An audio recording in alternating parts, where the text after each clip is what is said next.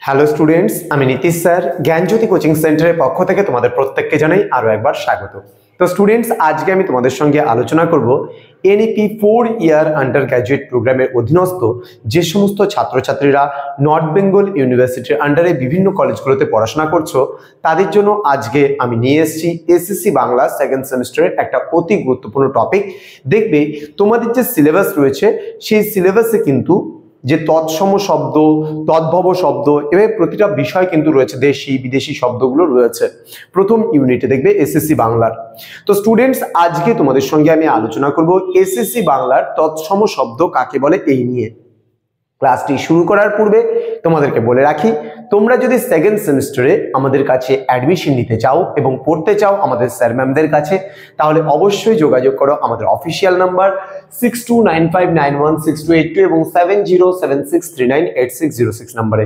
তোমাদের major course যাদের রয়েছে তাদের টোটাল কোর্স ফি মেজর সহ 6টা সাবজেক্টের কোর্স ফি কিন্তু আমাদের শুধুমাত্র 999 রুপিস সেকেন্ড সেমিস্টারের, এবং তোমাদের টোটাল মাল্টিডিসিপ্লিনারি কোর্সের 6টা সাবজেক্টের কোর্স ফি কিন্তু মাত্র 699 রুপিস। তো দেরি কিসের, আজই যোগাযোগ করো আমাদের সঙ্গে এবং যুক্ত হতে পারো আমাদের কোচিং সেন্টারে আমাদের অনলাইন ক্লাস করতে।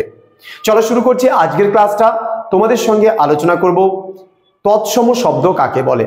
দেখো, বাংলা ভাষায় এমন অনেক শব্দ এসছে সংস্কৃত থেকে, কিন্তু সংস্কৃত ভাষা থেকে যখন এই বাংলা ভাষার শব্দগুলো এসছে তখন কিন্তু সেগুলো অনেকগুলোই আছে শব্দ, এমন কিছু শব্দ যেগুলো অপরিবর্তিত হয়ে অর্থাৎ পরিবর্তন না হয়ে সরাসরি বাংলা ভাষায় প্রবেশ করেছে। আমি আবারও বলছি, বাংলা ভাষায় এমন প্রচুর শব্দ আছে যেই শব্দগুলো সংস্কৃত ভাষা থেকে সরাসরি অপরিবর্তিত মানে অপরিবর্তিত না হয়ে অর্থাৎ অপরিবর্তিত হয়ে মানে পরিবর্তিত না হয়ে সরাসরি বাংলা ভাষায় যেগুলো প্রবেশ করেছে সেগুলোকে আমরা কি বলছি, সেগুলোকে আমরা বলছি কিন্তু তৎসম শব্দ। ঠিক আছে, তো এরকম তৎসম শব্দের বহু উদাহরণ আছে, যেমন তাপসী আছে, শিশু আছে, পণ আছে, বধূ আছে, মাতা, চন্দ্র, সূর্য, নক্ষত্র, গ্রহ। এই সমস্ত শব্দগুলো কিন্তু কোনোভাবেই সংস্কৃত ভাষা থেকে পরিবর্তিত হয়নি অর্থাৎ চেঞ্জ হয়নি। সেই সমস্ত শব্দগুলো পরিবর্তন না হয়ে অর্থাৎ চেঞ্জ না হয়ে সেগুলো সরাসরি যখন বাংলা ভাষায় প্রবেশ করেছে সেই শব্দগুলোকেই কিন্তু আমরা তৎসম শব্দ বলছি।